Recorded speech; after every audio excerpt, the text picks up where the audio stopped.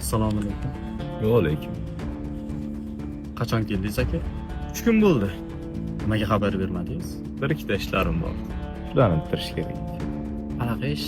Yordam kerak bo'lsa, Yo'q. Ish bitdi. Nima ish aka? Ikkitasi bilan hisob-kitobim bor. Shularni yo'qotish kerak. kim edi ular? Qo'y.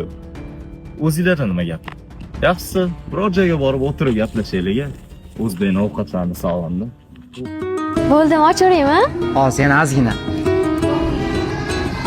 Shoshma. Mana. Voy! Endi kechirdingmi? Yo'q hali. O'ylab ko'raman. Ketdikmi? Ketdik. Chiroyli juftlik-a. Ha.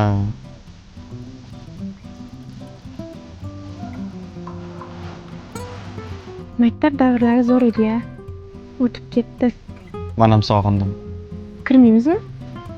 Yo'q, halol bermaylik. Aytgancha, Zarnigor bilan gaplashib turibsan? Hozir u Qozog'istonda musobaqaga tayyorgarlik ko'ryapti. Kelmasinkin? 1 yildan keyin deb aytdi menga. Unda yaxshi. Yur, biz ham aylanamiz. Mayli.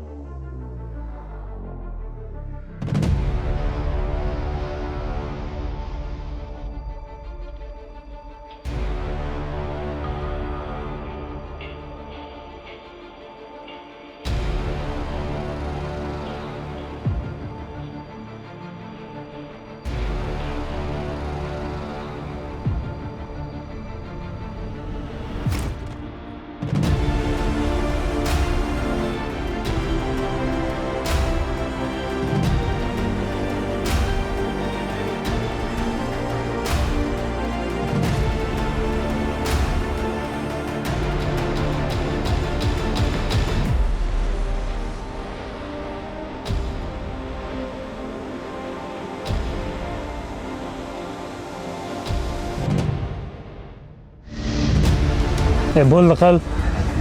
O'lurmagan, o'lgan odam o'ldi ketdi. O, Ahmad.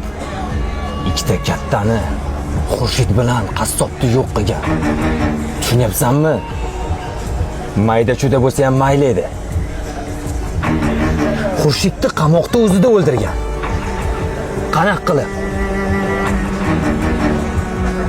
Bu bizga nisbatan ogohlantirish. Kim qildi deb o'ylaysan? Bilmayman.